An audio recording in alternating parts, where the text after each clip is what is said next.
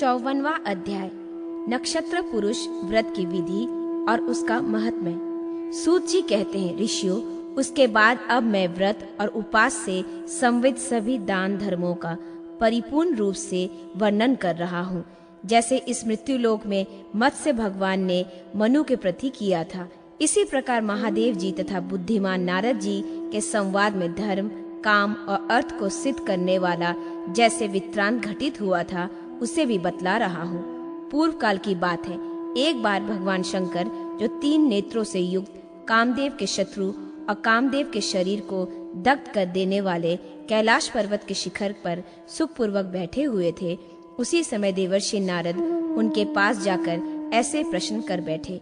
नारद जी ने पूछा, भगवान, आप तो देवेश्वरों के भी देव तथा ब्रह्म, विष्णु और इंद्र के अधीश्वर हैं, इसलिए ये बताइए कि आपका अथवा भगवान विष्णु का भक्ति पुरुष किस प्रकार धन, संपत्ति, निरोगता, सौंदर्य, आयु, भाग्य और सौभाग्य रूपी संपत्ति से संपन्न हो सकता है, अथवा विधवा स्त्री जन्मांतर में किस प्रकार समस्त गुणों और सौभाग्यों को संयुक्त हो सकती है, तथा देव इस लोक में कोई अन्य मुक्तिदायक व्रत हो तो क्रमशः उसे भी बतलाइए। ईश्वर ने कहा, ब्राह्मण, आप तो बड़ा उत्तम प्रश्न कर रहे हैं, ये तो समस्त लोगों के लिए हितकारी है। नारद, जो सुनने मात्र से शांति प्रदान करने वाला है, वो व्रत मैं तुम्हें बतला रहा हूँ, सुनो। नक्षत्र पुरुष नाम का एक व्रत है जो भगवान नारायण का स्वरूप ही है। इस व्रत को चैत्र मास आने पर भगवान विष्णु के नामों पर कीर्तन करते हुए विधि पूर्वक चरण से लेकर मस्तक पर्यंत विष्णु की मूर्ति बनवाए, फिर ब्रह्म द्वारा स्वास्तिक वचन कराकर मूल आदि नक्षत्रों में क्रमशः भगवान विष्णु की उस प्रतिमा का पूजन करे। मूल नक्षत्र में विश्वधाराय नमः, विश्व के धारक को नमस्कार है, यूं कहकर दोनों चरणों की रोहिणी नक्षत्र में अनंतमय नमः, अनंत को प्रणाम है, कहकर दोनों गुल्फों की तथा अश्वनी नक्षत्र में वरदाय नमः, वरदाता का अभिनंदन करे, कहकर दोनों जानुओं और दोनों जांघों की पूजा करे। पूर्व आषाढ़ और उत्तर आषाढ़ नक्षत्रों में शिवाय नमः, शिव जी को नमस्कार है, कहकर दोनों अरुओं को पूजा करे। पूर्व फाल्गुनी और उत्तर फाल्गुनी नक्षत्र में पंचशाराय नमः, 5 बाण धारण करने वाले को प्रणाम है, ये कहकर जनेन्द्र की पूजा करे। नारद, कृतिका नक्षत्र में षंडाचार्य नमः, शांडार्य धनुष धारण करने वालों को अभिनंदन है, कहकर भगवान विष्णु की कटिका पूजन करे। इसी प्रकार पूर्व भाद्रपद और उत्तर भाद्रपद नक्षत्र में केशी नुषादमाय नमः, केशी नामक असुर को संहार करने को नमस्कार है, कहकर दोनों कश्वरी भाग की पूज करे। नारद, रेवती नक्षत्र में दामोदराय नमः, दामोदर को प्रणाम है, कहकर दोनों कुक्षों की पूजा करनी चाहिए। अनुराधा नक्षत्र में माधवाय नमः, माधव लक्ष्मी के प्राणपति को अभिवादन है, कहकर वक्षस्थल की पूजन करे। घनिष्ठा नक्षत्र में औवंदेय शंकराय नमः, पाप समूह का विनाश को नमस्कार है, कहकर पृष्ठ भाग की पूजन करनी चाहिए। विशाखा नक्षत्र में श्री शंख चक्र आदि गदा नमः, लक्ष्मी शंख चक्र खड़ग और गदा धारण करने वाले को प्रणाम है, कहकर भुजाओं का पूजन करना चाहिए। हस्त नक्षत्र में मधुसूदन नमाय, मधु नामक दैत्य के वर्तक करने वाला को अभिनंदन है, कहकर कैटभ नामक असुर के शत्रु भगवान विष्णु के चारों हाथों का पूजन करे। पूर्व वसु नक्षत्र में समाधाश नमः, सामवेद की रचाओं को अधीश्वर को नमस्कार है, कहकर उंगलियों के अग्रभाग की पूजा करे।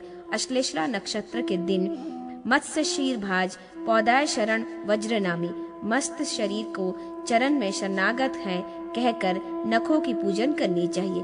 ज्येष्ठ नक्षत्र में कूर्मा पदो शरणाय वज्रामी, पूर्ण रूप धारण करने वाले भगवान के चरणों को मैं शरण करता हूँ, कहकर कंठ स्थान में भगवान श्री हरि की पूजन करनी चाहिए। श्रवण नक्षत्र में वराहाय नमः, वरा रूपधारी भगवान को प्रणाम है, कहकर भगवान जनार्दन के दोनों कानों की भली भांति पूजन करे।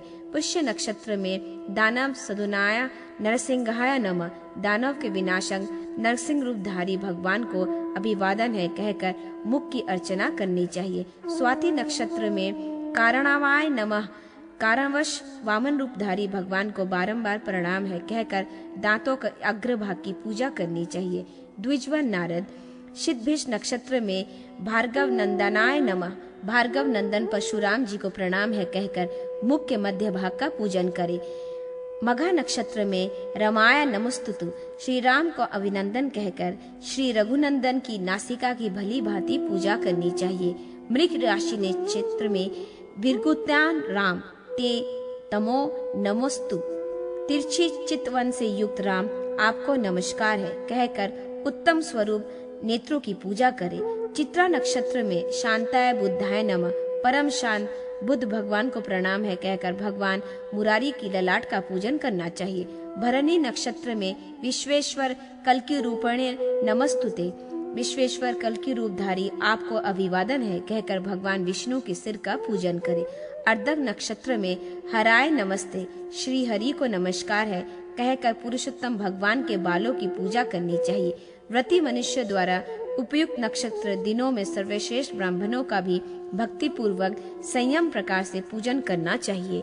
इस प्रकार व्रत के समाप्त हो जाने पर जो संपूर्ण सद्गुणों से संपन्न वक्ता सौंदर्यशाली सुशील और सामवेद का ज्ञाता हो, ऐसे श्रेष्ठ ब्राह्मण को भी स्वर्ण अमृत तथा मुक्ता फल चंद्रकांत मणि तथा हीरे से खचित जल पूर्ण कलश में रखी हुई विशाल एवं लंबी भुजाओं वाली श्री हरि की अर्चा मूर्ति का वस्त्र और गो के साथ दान कर देना चाहिए।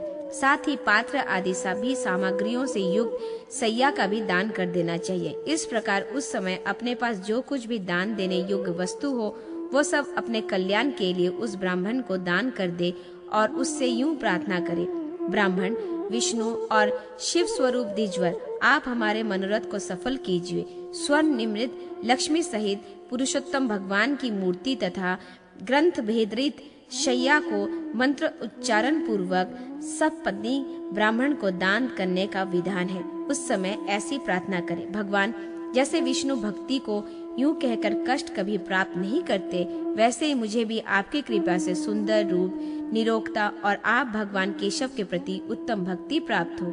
जनार्दन जैसे आपकी शक्या कभी लक्ष्मी से शून्य नहीं रहती, श्री कृष्ण वैसे ही मेरी भी शैया प्रत्येक जन्म में अशून्य बनी रहे।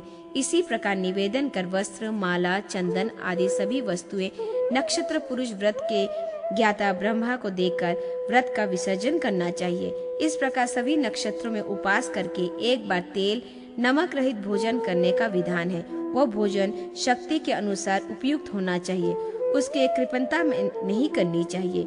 इस प्रकार स्वयं विधि पूर्वक नक्षत्र पुरुष की उपासना करके मनुष्य इस लोक में सभी कामनाओं को प्राप्त कर लेता है और मृत्यु के पश्चात विष्णु लोक में पूजित होता है। साथ ही यह लोक अथवा परलोक में अपने अथवा पितरों में जो कुछ भी ब्रह्म हत्या आदि पाप घटित होते हैं वे सभी नष्ट हो जाते हैं। इस प्रकार श्रेष्ठ पुरुष अथवा स्त्री जो कोई भी हो उसे इस व्रत का पाठन श्रवण और अनुष्ठान करना चाहिए। भगवान मुरारी का ये व्रत कली के प्रभाव से घटित हुए पापों को विधन करने वाला और समस्त विभूतियों का फल का प्रदाता है।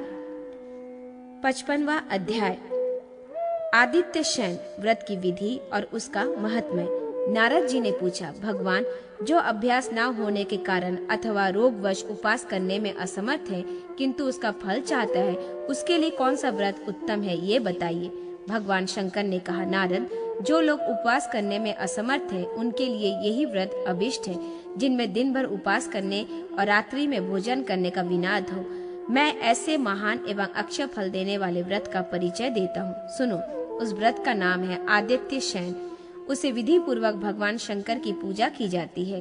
पुराणों के ज्ञाता महर्षि जिन नक्षत्रों के योग में इस व्रत का उपदेश करते हैं उसे बताता हूँ। जब सप्तमी तिथि को हस्त नक्षत्र के साथ रविवार हो अथवा सूर्य की संक्रांति हो, वो तिथि समस्त कामनाओं से पूर्ण करने वाली होती है।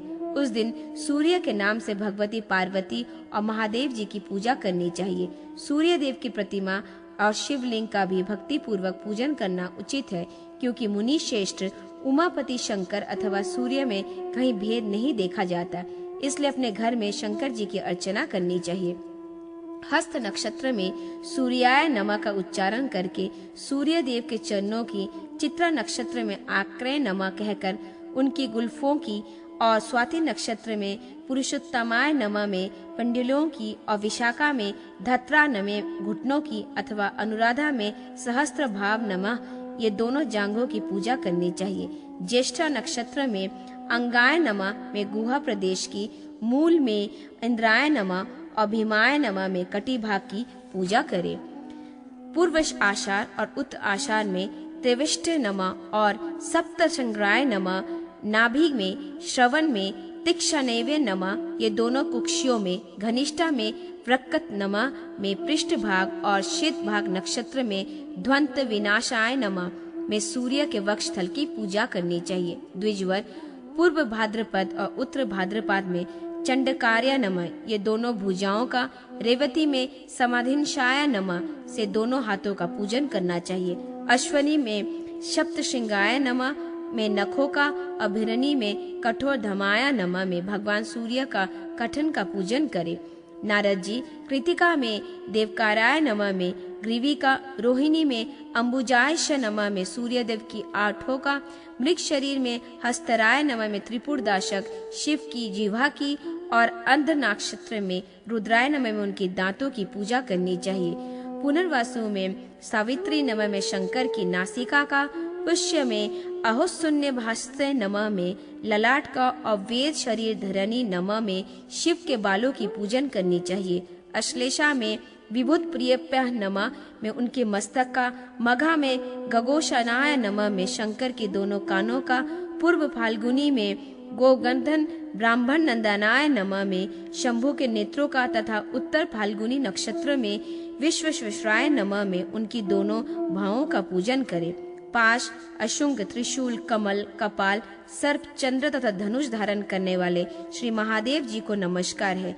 गुजासुर, कामदेव, त्रिपुर और अंधकासुर आदि विनाश के मूल कारण भगवान श्री शिव को प्रणाम है। इत्यादि वाक्यों का उच्चारण करके प्रत्येक अंग की पूजन करने के पश्चात विश्वेश्वराय नमः से भगवान शिव की पूजन करना चाहिए। तदनंतर अन्न भोजन करना उचित है।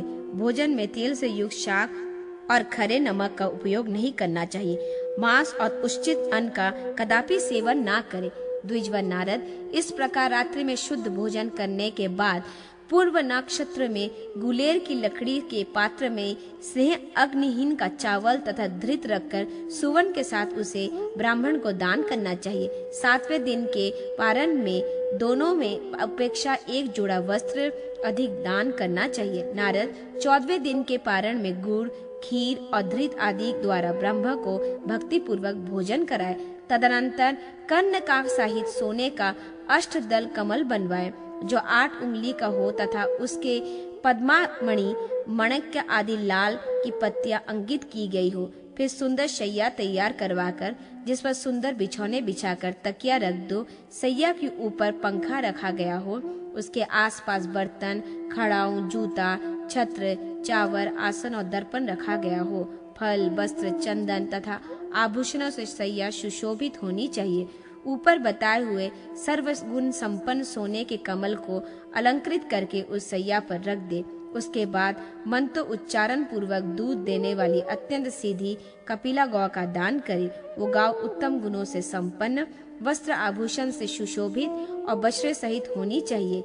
उसके खुर चांदी से और सिंग सोने से मड़े होने चाहिए तथा उसके खांसे की दोनों होनी चाहिए। दिन के पूर्व भाग में ही दान करना उचित है। समय का उल्लंघन कदापि नहीं करना चाहिए। सैया दान के पश्चात इस प्रकार प्रार्थना करें। सूर्य देव, जिस प्रकार आपकी सैया कांति, घृति, श्री और रति से कभी सुनी नहीं होती, वैसे मुझे भी सिद्धियां प्राप्त हो। देवगण आपके सिवा और किसी भी निष्पाप एवं श्रेयकार नहीं जानते, इसलिए आप संपूर्ण दुखों से भरे हुए इस संसार सागर में मेरा उद्धार कीजिए। इसके पश्चात भगवान की प्रदक्षिणा कर उन्हें प्रणाम करने से निरंतर विसर्जन करें। सैया और गो आदि समस्त पदार्थों को ब्राह्मण के घर पहुंचा दे। दुराचारी और दंभी पुरुष के सामने भगवान शंकर के इस व्रत की चर्चा नहीं करनी चाहिए। जो गौ, ब्राह्मण, देवता, अतिथि और धार्मिक पुरुषों की विशेष पूर्वक निंदा करता हो, उसके सामने इसे कभी प्रकट ना करे। भगवान के भक्ति और जितेंद्रिय पुरुष के समक्ष शिव जी का ये आनंदमय एवं गुण रहस्य प्रकाशित करने के योग्य है। वेद वक्ता पुरुष का कहना है कि ये व्रत महापात की मनुष्य की पापों का नाश कर देता है। जो पुरुष इस व्रत का अनुष्ठान करता है, उसका बंधु, पुत्र, धन और स्त्री से कभी वियोग नहीं होता तथा देवताओं का भी आनंद बढ़ाने वाला माना जाता है। इसी प्रकार जो नारी भक्ति पूर्वक इस व्रत का पालन करती है उसे कभी रोग, दुख और शोक का शिकार नहीं होना पड़ता। प्राचीन काल में महर्षि वशिष्ठ, अर्जुन, कुबेर तथा इंद्र ने इस व्रत का आचरण किया था। इस व्रत से कीर्ति मात्र से सारे पाप नष्ट हो जाते हैं, इसमें तनिक भी संदेह नहीं। जो पुरुष इस आदित्य शयन नामक व्रत का महात्म्य और विधि का पाठ या श्रवण करता है वह इंद्र का प्रियतम होता है तथा जो इस व्रत का अनुष्ठान करता है वह नरक में भी पड़े हुए समस्त पितरों को स्वर्ग लोक में पहुंचा देता है। 56वां अध्याय, कृष्ण अष्टमी व्रत की विधि और उसका महत्व। श्री भगवान ने कहा, नारद, अब मैं श्री कृष्ण अष्टमी व्रत का वर्णन कर रहा हूँ जो समस्त पापों को विध्वंस करने वाला है। इस व्रत का अनुष्ठान करने से मनुष्य को विशेष रूप से शांति, मुक्ति और विजय की प्राप्ति होती है। मनुष्य के आवागहम मास में शंकर की और पौष मास में शंभु की पूजा करनी चाहिए। माघ मास में देवादिदेव महेश्वर का, फाल्गुन मास में महादेव का, चैत्र मास में स्थानु का और उसी प्रकार वैशाख मास में शिव जी का पूजन करना उचित है। ज्येष्ठ मास में पशुपति की, आषाढ़ मास में उग्र की अर्चना करे, श्रवण मास में शर्व की, भद्रपदा मास में त्र्यंबक की, अश्वनी मास में हरि की और कार्तिक मास में ईशान की पूजा करनी चाहिए। धन संपत्ति से संपन्न व्रत को चाहिए कि कृष्ण पक्ष के सभी अष्टमी तिथियों में अपनी शक्ति के अनुसार गौ, पृथ्वी, सुवन, वस्त्र द्वारा शिव भक्ति ब्राह्मणों को संयम प्रकार से पूजन करे। रात में गोमूत्र, गोधृत, गोदूध, तिल, यव, कशुको, गोश्रृंगदक, मौलश्री और पुष्प, मादर पुष्प, विप्ल पत्र और दिघि एकत्रित कर इन पदार्थों को अथवा केवल पंचगव, दुग्ध, दृढ़, गोदी, गोमूत्र और गोमय का पाशन करके शंकर जी का पूजन करे। महर्षिगण माघ शीर्ष से प्रारंभ कार्तिक तक क्रमशः 2-2 मासों में पीपल, बरगद, गुलेर, पाकर, पलाश और छठे जामुन की दातुओं को पूरे वर्ष भर में व्रत का विशेष उपकारी मानते हैं। इस वृक्ष में एक एक वृक्ष की दातुन 2-2 मास के क्रम में करनी चाहिए, अर्थात 2 महीने तक एक वृक्ष का दातुन करे, पुनः तीसरे चौथे मास में दूसरे वृक्ष की करे। फिर प्रधान देवता से निमित्त आर्ध्य देनी चाहिए और काली गाव और काली वस्त्र दान करनी चाहिए। व्रत के संपत्ति अनुसार दही, अन्न, वितान, तांबू, चांदा, ध्वज, चावर, पंचरत्न से युक्त जलपुन, घड़ा, काली गौ, सुवन, अनेकों प्रकार के रंग बिरंगे वस्त्र आदि ब्राह्मणों को दान देना चाहिए। जो उपयुक्त वस्तुएं देने में असमर्थ हो वो अपनी शक्ति के अनुसार एक ही गौ का दान करे। दान देने में कृपणता नहीं करनी चाहिए, यदि करता है तो वो दोष का भागी होता है। जो मनुष्य इस कृष्ण अष्टमी व्रत का अनुष्ठान करता है वह 2100 कल्पों तक देवताओं द्वारा सम्मानित होकर शिवलोक में पूजित होता है। 57वां अध्याय, रोहिणी चंद्र शयन व्रत की विधि और उसका महत्व।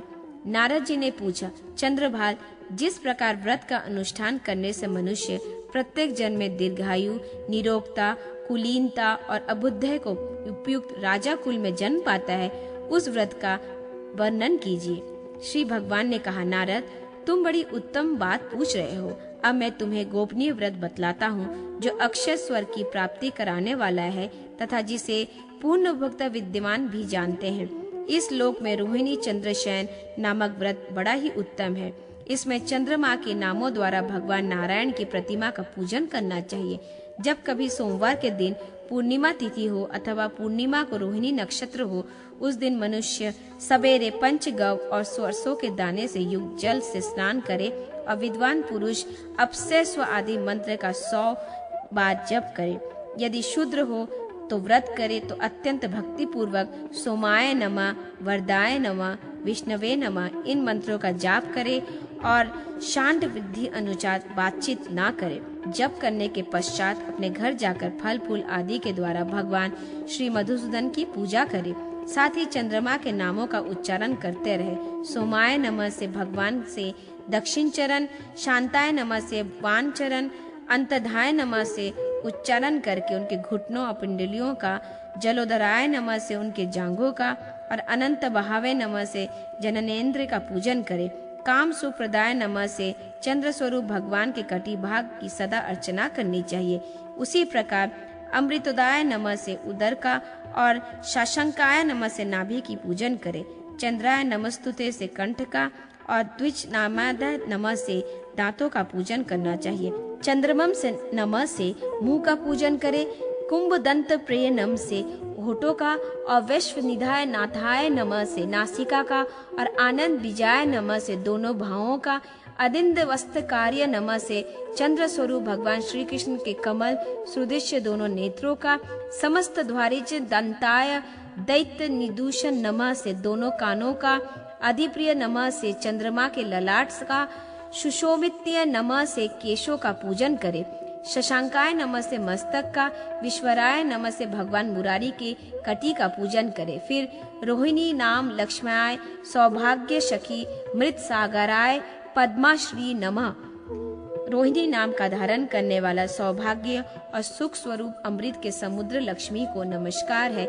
इस मंत्र का उच्चारण कर सुगंधित पुष्प नैवेद्य और धूप आदि द्वारा इंदु पत्नी रोहिणी देवी का पूजन करे। उसके बाद रात्रि के समय भूमि पर शयन करे और सवेरे उठकर स्नान के पश्चात पाप विनाशाय नमः का उच्चारण करके ब्राह्मण को घृत और सुवर्ण सहित जल से भरा कलश दान करे। फिर दिन भर उपास करने के पश्चात गोमूत्र पीकर मांस वर्जित एवं खरे नमक से रहित अन्न का 28 ग्रास दूध और घी के साथ भोजन करे। तदनंतर 2 घड़ी तक इतिहास पुराण आदि का श्रवण करे। नारद चंद्र स्वरूप भगवान श्री विष्णु पे कदम, नील, कमल, केवड़ा जाति का पुष्प, कमल, शीत पत्रिका, बिना कुम्भल्य के कुब्ज के फूल, सिंधुवार, चमेली, अनाय श्वेत पुष्प, करवीर पुष्प तथा चंपा यही फूल चढ़ाने चाहिए। उपयुक्त फूलों से जातियों से एक एक को श्रवण आदि महीनों में क्रमशः अर्पण करे। जिस महीने में व्रत आरंभ किया है उस समय भी पुष्प सुलभ हो, उन्हीं के द्वारा श्री हरि का पूजन करना चाहिए। इस प्रकार इस वर्ष का इस व्रत का विधिवत अनुष्ठान करके संपत्ति के समय व्रत को करना चाहिए और दर्पण शयनोपयोगी सामग्रियों के साथ शैया दान करे। रोहिणी और चंद्रमा दोनों की स्वर्णमयी मूर्ति बनवाए। उसमें चंद्रमा 6 उंगल के और रोहिणी 4 उंगल की होने चाहिए। 8 मोतियों से युक्त तथा 2 श्वेत वस्त्रों से आच्छादित उन प्रतिमाओं को अक्षत से भरे कांस के पात्र में रखकर दुख पूर्वक कलेश के ऊपर स्थापित कर दे और पूर्वाह्न में समय अग्नि चावल ईख फल के साथ उसे मंत्र उच्चारण पूर्वक दान कर दे। फिर जिसका मुख सुवर्ण से और खुर चांदी से मरे हो ऐसे वस्त्र और दोहिनी के साथ धोने वाली श्वेत रंगों की गौ और सुंदर शंख प्रस्तुत करे। फिर उसमें उत्तम गुणों से युक्त ब्रह्म दंपति को बुलाकर उसे आभूषणों से अलंकृत करके मन में भावना रखे और ब्रह्मन दंपति को रूप में रोहिणी सहित चंद्रमा को विराजमान कर दे। तत्पश्चात उनकी इस प्रकार प्रार्थना करे। श्री कृष्ण जिस प्रकार रोहिणी देवी चंद्र स्वरूप आपकी शैया को छोड़कर अन्यत्र कहीं नहीं जाती, उसी प्रकार मेरा भी विभूतियों से विच्छो ना हो। चंद्रदेव आप ही सबको परम आनंद और मुक्ति प्रदान कराते हैं। आपकी कृपा से मुझे भोग और मोक्ष दोनों की प्राप्ति हो। आप ही मेरे सदा अनन्य भक्ति बनी रहे। इस प्रकार विनय का शैया प्रतिमा और धेनु आदि सब ब्राह्मण को दान कर दे। निष्पाप नारद जो संसार से भयभीत होकर मोक्ष पाने की इच्छा रखता है, उसके लिए यही एक व्रत सर्वोत्तम है। ये रूप आरोग्य और आयु प्रदान करने वाला है। मुने, यहाँ पितरों को सर्वदा प्रिय है। जो पुरुष इसका अनुष्ठान करता है वो त्रिभुवन का अधिपति होकर 2100 कल्पों तक चंद्रलोक में निवास करता है। उसके बाद विद्युत होकर मुक्त हो जाता है। अथवा जो स्त्री रोहिणी चंद्रशायन नामक व्रत का अनुष्ठान करती है उसे पूर्वोक्त फल का प्राप्ति होती है, साथ ही अवगमन से मुक्ति हो जाती है। चंद्रमा में नमर्त कीर्तन द्वारा भगवान श्री मधुसूदन की पूजन का ये प्रसंग जो नित्य पढ़ा अथवा सुनता है उसे भगवान उत्तम बुद्धि प्रदान करते हैं तथा वो भगवान विष्णु के धाम में जाकर देव समूह द्वारा पूजित तालाब, बगीचा, कुआं, बावली, पुष्करणी और देव मंदिर की प्रतिष्ठा आदि का विधान। सूत जी कहते हैं, ऋषियों, सूर्य पुत्र मुनु ने जलाशय के भीतर अवस्थित मत्स्य रूपधारी भगवान विष्णु से पूछा, देवेश, अब मैं आपसे तालाब, बागीचा, कुआं, बावली, पुष्पकरिणी और देव मंदिर की प्रतिष्ठा आदि की विधि के बारे में पूछ रहा हूँ। नाथ, इन कार्य में त्रिविज कैसे होना चाहिए? वेदी किस प्रकार की बनती है? दक्षिण का प्रणाम कितना होता है? समय कौन सा उत्तम होता है? स्थान कौन सा होना चाहिए? आचार्य किन किन गुणों से युक्त हो तथा कौन से पदार्थ प्रशस्त माने गए हैं, ये सब हमें यथापूर्वक बतलाए। मत्स्य भगवान कहते हैं, महाबाहु राजन सुनो, तालाब आदि का प्रतिष्ठा जो भी विधान करता है उसका वेद वक्ताओं ने पुराण में इस रूप में वर्णन किया है। उत्तरायण आने पर शुभ शुक्ल पक्ष में ब्राह्मण द्वारा कोई भी पवित्र दिन निश्चित करा ले। उस दिन ब्राह्मणों का वरण करे और तालाब के समीप जहाँ भी भूमि पूर्वोत्तर दिशा की ओर ढालू हो, 4 हाथ लंबी उतनी ही चौड़ी चौकर सुंदर वेदी बनाए। वेदी सब और समतल हो और उसका मुख चारों दिशाओं में हो। इस 16 हाथ का मंडप तैयार कराए, उसके चारों ओर एक एक दरवाजा हो। वेदी में सब और कुंडों का निर्माण कराए। नृपनंदन, कुंडों की संख्या 9, 7 या 5 होनी चाहिए, जिसमें कम बेशी नहीं। कुंडों की लंबाई चौड़ाई एक एक आतरी की हो तथा सभी 3-3 मेलखाओं से सुशोभित हो। उसे यथास्थान योनि और मुख भी बनाना चाहिए। योनि की लंबाई 1 बित्ता और चौड़ाई 6-7 उंगली की हो और कुंड की गहराई 1 हाथ, मेलखाएं 3 पूर्व ऊंची होनी चाहिए। ये चारों ओर से एक समान एक रंग की बनी हो। सबके समीप ध्वजा और पताकाएं लटकी हो। मंडप की चारों ओर क्रमशः पीपल, गुलर, पाकर और बरगद की शाखाओं के दरवाजे बनाए जाए। वहाँ 8 होता है, 8 द्वारपाल तथा 8 जप करने वाले ब्राह्मणों का वर्णन किया जाए। वे सभी ब्राह्मण वेदों में विद्वान होने चाहिए। इस प्रकार शुभ लक्षणों से संपन्न, मंत्रों के ज्ञाता, जितेंद्रिय, कुलीन, शीलवान और श्रेष्ठ ब्राह्मण को ही इस कार्य में पुरोहित पद पर नियुक्त करना चाहिए। प्रत्येक कुंड के पास कलश, यज्ञ सामग्री, पंखा, 2 चावर और 1-2 दिव्य विस्तृत मंत्र में प्रस्तुत रहे। तदनंतर प्रत्येक देवता के लिए नाना प्रकार की चारू, पुडरोस, खीर, दही, अक्षत आदि उत्तम भक्ष्य पदार्थ उपस्थित करे। विद्वान आचार्य मंत्र पढ़कर इस सामग्री को पृथ्वी पर जब देवताओं को समर्पित करे, 3 अर्थ में बराबर एक युग स्थापित किया जाए। उसकी दूध वाले वृक्ष, बट, पाकर आदि की शाखा से बना हो। ऐश्वर्य चाहने वाले पुरुष को यजमान के शरीर बराबर ऊंचा युग स्थापित करना चाहिए। उसके बाद 25 त्रिज द्वारा वर्णन करके उसे सोने से आभूषणों से विभूषित करे। सोने से बने कुंडल, बाजूबंद, कड़े, अंगूठी, पवित्री और नाना प्रकार के वस्त्र, ये सभी आभूषण आदि प्रत्येक ऋत्वज को बराबर बराबर दे और अर्चना को दूना अर्पण करे। इसके सिवा उन्हें शैया तथा अपने को प्रिय लगने वाली अनन्य वस्तु भी प्रदान करे। सोने का बना हुआ कछुआ और मगर, चांदी के मत्स्य और गिरगिट, तांबे के केकड़ा और मेढक और लोहे के 2 सूज बनवाए और सबको सोने के पात्र में रखे। राजन, इन सभी वस्तुओं को पहले से ही बनवाकर ठीक रखना चाहिए। इसके बाद जजमान वेदज्ञ विद्वानों को बताई हुई विधि के अनुसार सर्वसम्मित मिश्रित जल से स्नान करके श्वेत वस्त्र और श्वेत माला धारण करे। फिर श्वेत चंदन लगाकर पत्नी और पुत्र पौत्रों के सहित पश्चिम द्वार में यज्ञ मंडप में प्रवेश करे। उस समय मांगलिक शब्द होने चाहिए और भेरी द्वार बजने चाहिए।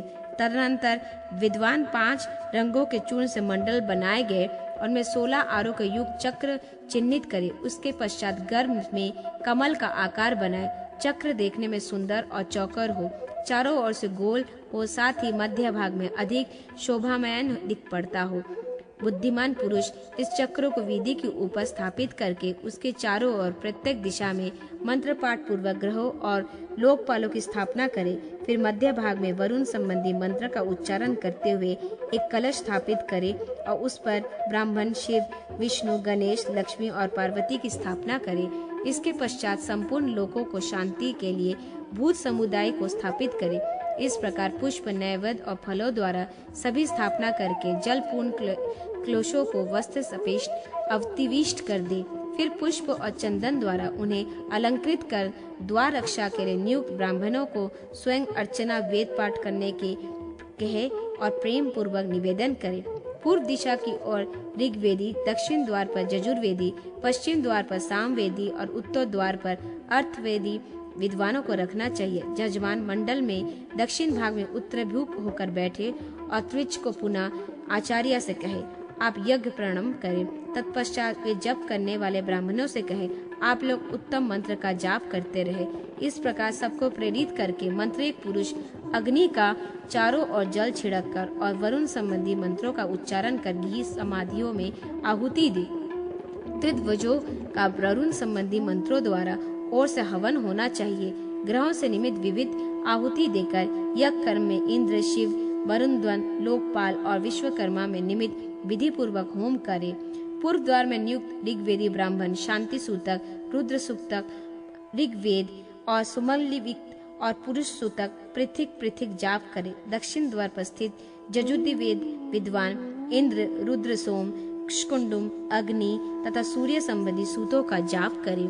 राजन, पश्चिम द्वार पर रहने वाला सामवेदी ब्राह्मण वैराज मास, पुरुष मास, संपूर्ण सूक्त, रुद्र संहिता, शिशु सूक्ता, पंच निधन सूक्त, गाय मंत्र मास, ज्येष्ठ समास, वामदेवा समाय, बृहत्त मास, रौज साम, रत्ननासाम, गोत्र, कावन्य, सूत साम, रोक्ष और यम संबंधी सूक्तों का गान करे। उत्तर द्वार में यथार्थ वेदी विद्वान मन ही मन भगवान वरुण देव की शरण में शांति और पुष्टि संबंधी मंत्रों का जाप करे। इस प्रकार पहले दिन मंत्रों द्वारा देवताओं की स्थापना करके हाथी और घोड़े के पैरों के नीचे की, जिन पर रथ चलता हो, ऐसी सड़क की, बाम्बी की, दो नदियों की, संगम की, गौशाला की, साक्षात गऊओं के पैर के नीचे की और चौराहे की मिट्टी लेकर कलेशों में छोड़ दे। फिर सर्वसादी गोचरण, सरसों के दाने, चंदन और गुलूल को छोड़िए।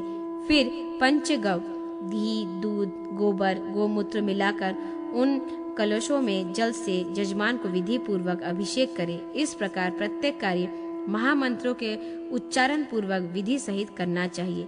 श्रेष्ठ मुनियों, इस प्रकार शास्त्र विहित कर्म द्वारा रात्रि व्यतीत करके निर्मल प्रभात का उदय होने पर वृत्ति हवन के अंत में ब्राह्मणों को 100, 68, 50, 36 अथवा 25 गांव दान करे। राजन, तदनंतर ज्योतिषी द्वारा बतलाए गए शुद्ध और सुंदर लग्न आने पर वेद पाठ, संगीत तथा नाना प्रकार के बाजों की मनोहर ध्वनि के साथ एक गांव को स्वर्ण से अलंकृत करके तालाब के जल में उतारे, उसे सावगान कराने वाले ब्राह्मणों को दान कर दे। तत्पश्चात पंचरत्नों से युक्त सोने का पात्र लेकर उसे पूर्वोक्त मगर और मछली आदि को रखे और उसे बड़ी नदी में मंगाए हुए जल से भर दे। फिर इस पात्र को दही अक्षत से विभूषित कर वेद और वेदांतों के विद्वान 4 ब्राह्मणों को हाथ में पकड़े और अर्थवेद का मंत्रों के साथ स्नान कराए। फिर जजमान की प्रेरणा से उत्तर विमुख उलटकर तालाब के जल में डाले। इस प्रकार पुनर्ममित तथा अपो ही उष्टमयो आदि मंत्रों द्वारा इस जल में डालकर पुनः सब लोग यज्ञ मंडप में आ जाए और जजमान सदस्यों की पूजा कर सब और देवताओं से उद्देश्य में बलि अर्पण करे। इस प्रकार लगातार 4 दिनों तक हवन होना चाहिए। रासिन, चौथे दिन चतुर्थ कर्म होना उचित है। इसमें यथाशक्ति दक्षिणा होनी चाहिए। तदनंतर वरुण से क्षमा प्रार्थना करके यज्ञ संबंधी जितने पात्र और सामग्री हो उसे ऋग्ध्वज बराबर बांट देने चाहिए। फिर मंडप में विभाजित करे। स्वर्ण पात्र और शैया व्रत आरंभ कराने वाले ब्राह्मणों को दान कर दे। इसके बाद अपनी शक्ति के अनुसार 1108, 50 अथवा 20 ब्राह्मणों को भोजन कराए।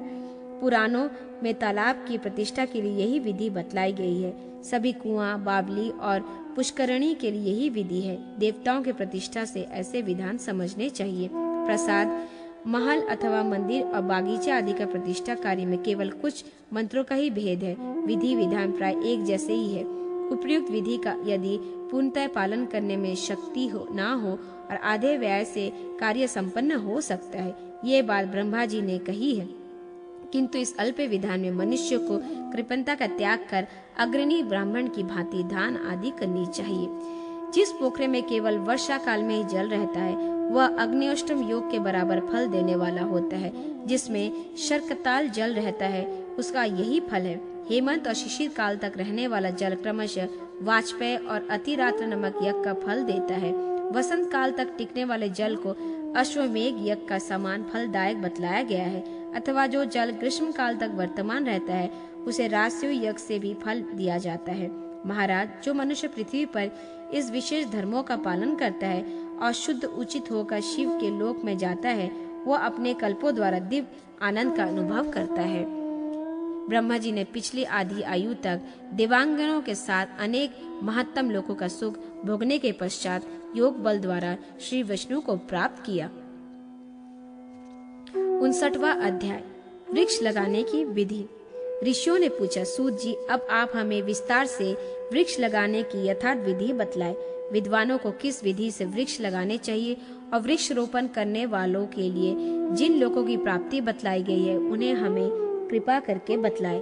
सूत जी कहते हैं, यही प्रश्न जब मनु ने मत्स्य भगवान से किया था, तब उसने मत्स्य भगवान ने उनसे इस प्रकार कहा था, जगदीश्वर, मैं बगीचे में वृक्षों को लगाने की विधि तुम्हें बतलाता हूँ। तड़ाक की प्रतिष्ठा के विषय में जो विधान बतलाया गया है उसी के समान सारी विधि समझनी चाहिए। उसमें से त्रिध्वज, मंडप, सामग्री और आचार्य से पूर्ववत रखे। इस प्रकार सुवर्ण, वस्त्र और चंदन द्वारा ब्राह्मणों की पूजा भी करनी चाहिए।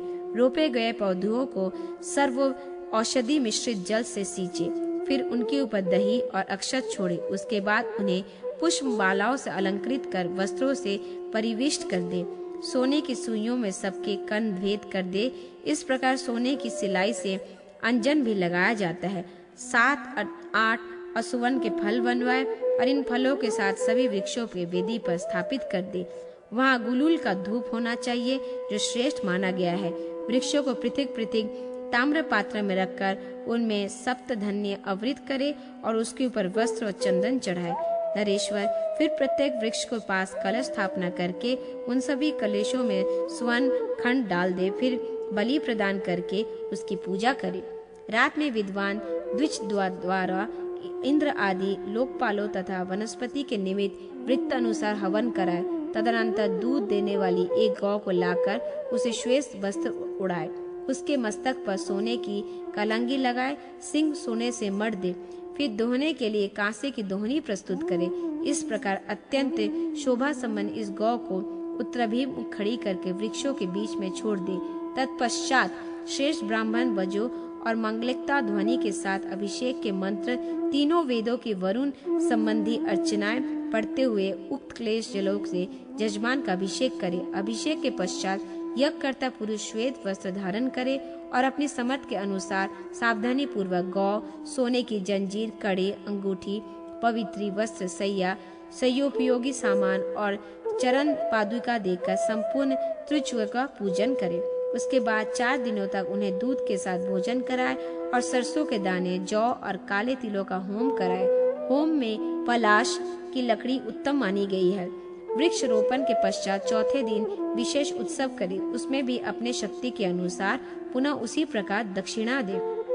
जो जो वस्तु आपको अधिक प्रिय हो, ईर्ष्या छोड़कर उसका सबको दान करे।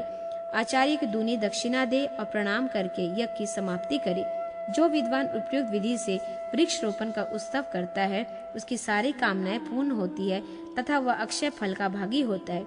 राजेंद्र, जो मनुष्य इस प्रकार एक भी वृक्ष की स्थापना करता है, राजन, वह जब भी 30 इंद्र समान समाप्त हो जाते हैं तब तक स्वर्ग लोक में निवास करता है। और जितने वृक्षों का रोपण करता है उसके पहले और पीछे उतनी पीढ़ियों का उद्धार हो जाता है तथा रहित कर्म सिद्ध प्राप्त कर लेता है। जो मनुष्य प्रतिदिन इस प्रसंग को सुनता या सुनाता है वह भी देवताओं द्वारा सम्मानित और ब्रह्मलोक में प्रतिष्ठा होता है। 60वां अध्याय सौभाग्य शयन व्रत तथा जगदीत रात्रि सती का आराधना।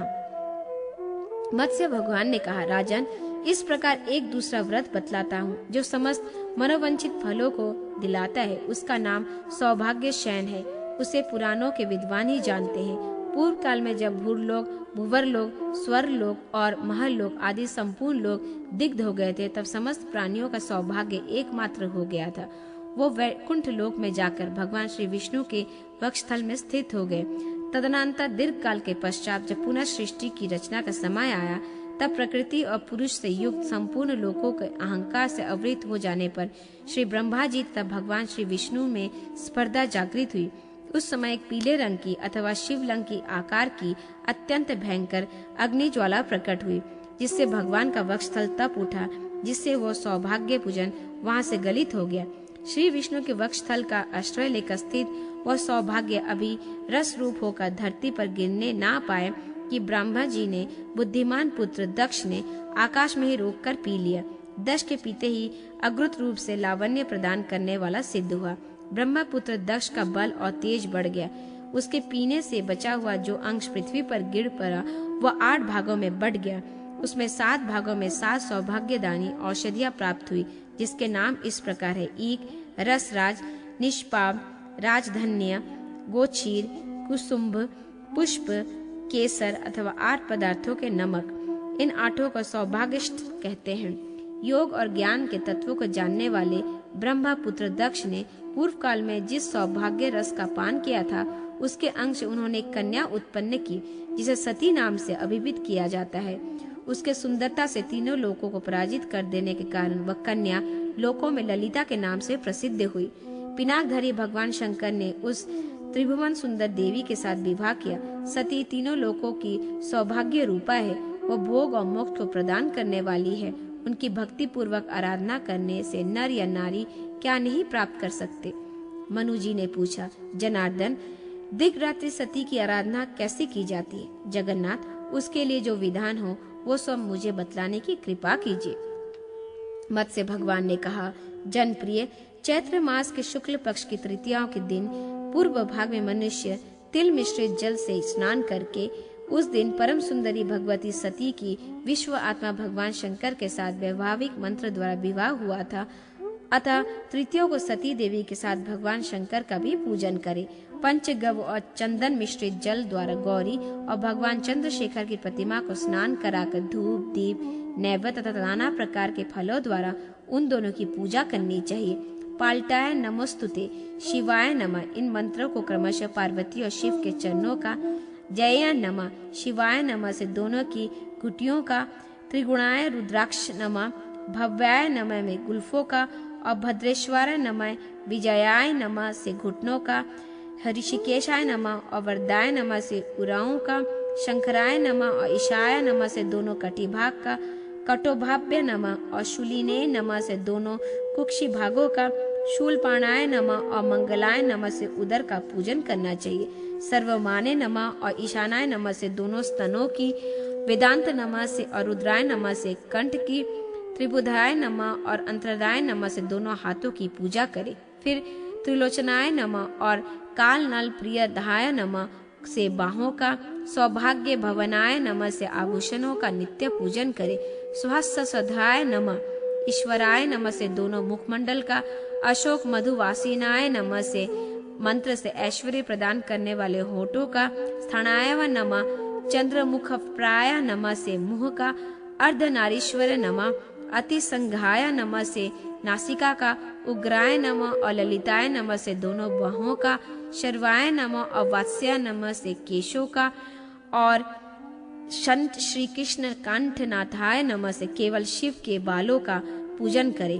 भीमोभग्राय रूपाणाय नमः से, सर्वमानाय नमः से दोनों के मस्तकों का पूजन करे। इस प्रकार शिव और पार्वती की विविध पूजा करके उसके आगे सौभाग्य निष्ठ रखे।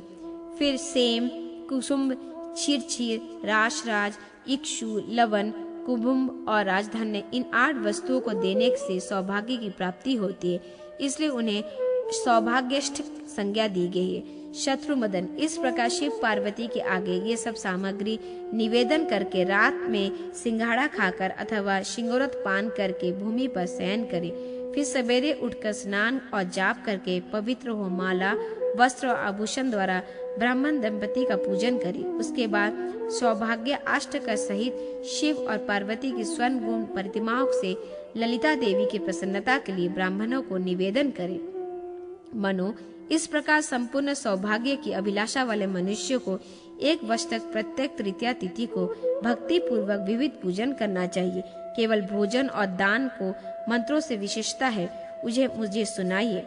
चैत्र मास में शंगोदक, वैशाख में गोबर, ज्येष्ठ में मांदर नाम का पुष्प, आषाढ़ में विप्लव पत्र, श्रवण में दही, भाद्र में कुशोदक, श्रावण मास में दूध, कार्तिक में दही मिला हुआ घी, माघशीर्ष मास में गोमूत्र, पौष में घृत, माघ में काला तिल और फाल्गुन में पंचगव्य का प्राशन करना चाहिए। और दान करते समय ललिता, विजया, भद्रा, भवानी, कुमुदा, शिवा, वासुदेवी, गौरी, मंगला, कमला, सती और उमा प्रसन्न हो, ऐसा कीर्तन करे।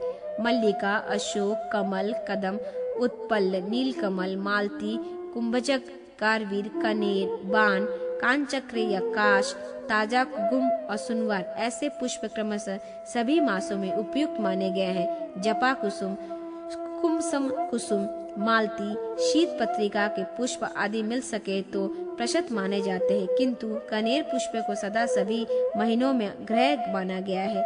इसी प्रकार 1 वर्ष तक इस व्रत का विधि पूर्वक अनुष्ठान कर पुरुष, स्त्री या कुमारी भक्ति के साथ शिव जी का पूजा करे। व्रत की समाप्ति के समय संपूर्ण सामग्रियों को युक्त शैया दान करे। इस शैया पर शिव पार्वती की स्वर्णमयी प्रतिमा और स्वर्णनिर्मित गौ के साथ बैलों को स्थापित कर ब्राह्मणों को दान कर दे। अनन्य ब्राह्मण दंपतियों को भी वस्त्र, धान्य, अलंकार, गोदान और प्रचुर धन से पूजन करना चाहिए। कृपणता छोड़कर दृढ़ निश्चय के साथ भगवान का पूजन करे। जो मनुष्य इस प्रकार उत्तम सौभाग्यशाली नामक व्रत का भली भांति अनुष्ठान करता है, उसकी सभी कामनाएं पूर्ण होती है। अथवा यदि वो निष्काम भाव से इस व्रत को करता है तो नित्य पद की प्राप्ति करता है। इस व्रत का आचरण करने वाले पुरुष को एक फल का परित्याग कर देना चाहिए। राजन, प्रतिमास इसका आचरण करने वाला पुरुष यश और कीर्ति प्राप्त करता है। नरेश्वर, सौभाग्य क्षण का दान करने वाला पुरुष सौभाग्य, आरोग्य, सुंदर रूप, आयु, वस्त्र, अलंकार और आभूषण से 9 अरब 300 वर्षों तक वंचित नहीं होता। वो 12, 8 और 7 वर्षों तक सौभाग्य शयन व्रत का अनुष्ठान करता है और श्रीकंठ महादेव के लोकों में देवगणों द्वारा भली भांति पूजित होकर त्रिमास कल्पों तक निवास करता है।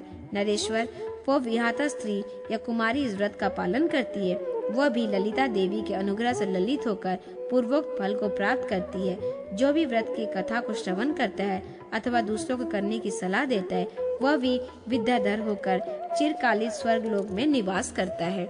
जनानाथ, पूर्व काल में कामदेव ने राजा शतनिवेदी, कार्यवर्य अर्जुन ने, वरुण देव और नंदी ने भी उत्तरी व्रत का अनुष्ठान किया था। इस प्रकार इस व्रत के अनुष्ठान से जैसे उत्तम फल की प्राप्ति होती है, उसके विषय में और अधिक क्या कहा जाए। 61वां अध्याय। अगस्त और वशिष्ठ के दिव्य उत्पत्ति, उर्वशी अप्सरा का प्रकट्य, अगस्त के लिए आद्यर्घ्य प्रदान करने की विधि,